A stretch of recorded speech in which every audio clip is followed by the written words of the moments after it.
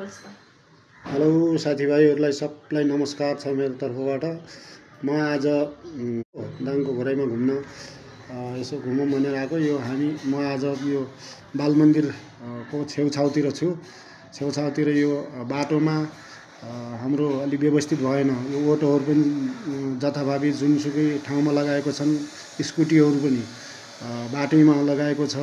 तर यस्तो मुख्य सहर हाम्रो दाङको घोराइको मुख्य सहरलाई यसरी व्यवस्थित गरेन भने अब हाम्रै हुन्छ। यो कारणले पार्किङको व्यवस्था गर्नु पर्यो। यो बाटोमा स्कुटीहरू अटोहरू लगाउने काम चाहिँ राम्रो होइन।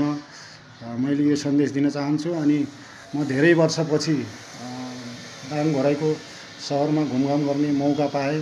अहिले धेरै विदेश बस्छु, 20-25 वर्षमा धेरै फरक त धेरै छ।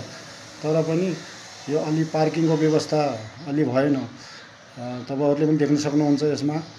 अनि यो तल तपाईको बालमन्दिर चोक पर्छ। बालमन्दिर चोकमा चोकतिर पर्छ। बालमन्दिर चोकमा त लगभग ठिकै छ। हेर्नुस्, एउटा स्कुल पनि छ यहाँनिर, अनि उ पनि छ,